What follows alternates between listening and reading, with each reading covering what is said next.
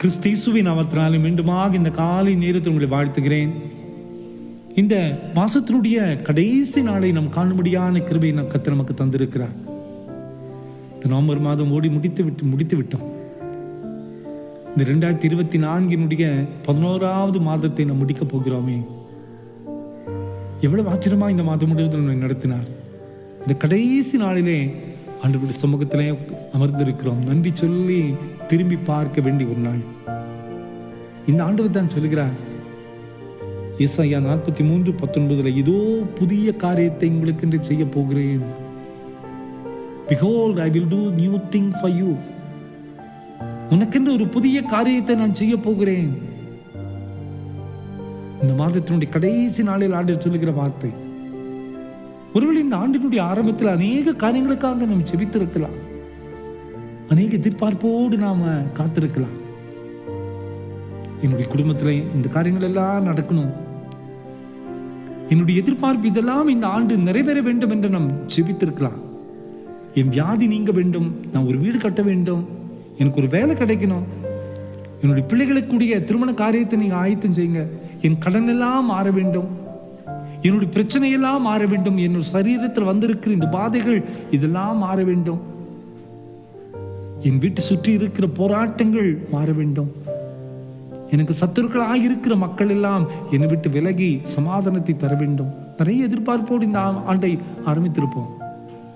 ஆனால் இன்னைக்கு 11வது மாசத்தை முடிக்கிறோம். திரும்பி பார்க்கும்போது ஒண்ணுமே நடக்காதது போல தோன்றுகிறதா? கவலைப்படாதீங்க. ஆண்டவர் சொல்லுகிறார், நான் புதிய காரியத்தை நான் செய்வேன்.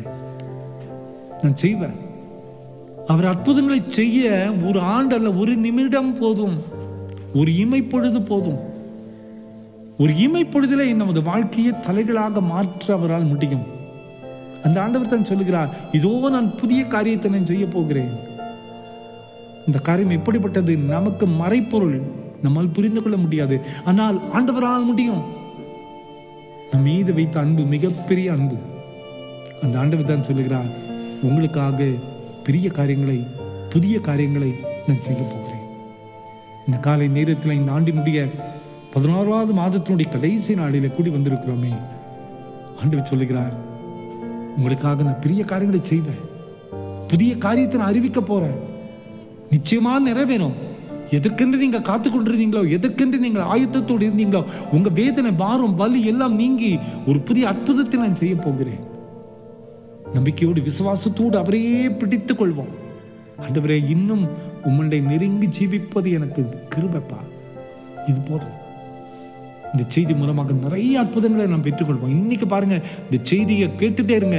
ஆண்டவர் நல்ல செய்தியை உங்களுக்கு என்று அறிவிக்க போகிறார். எத்தனையோ சாட்சிகளை கேட்டோம், எத்தனையோ சாட்சிகள் வந்து கொண்டே இருக்கிறது. இன்னைக்கு உங்களுடைய சாட்சியா நிறுத்துவார். நம்ம யோசிக்கலாம், நம்ம சாட்சி எப்பொழுது நான் சொல்ல போறேன்? ஆண்டவர் சொல்லுகிறார், நான் செய்வேன். நீயும் சாட்சி எழுந்து நிற்ப.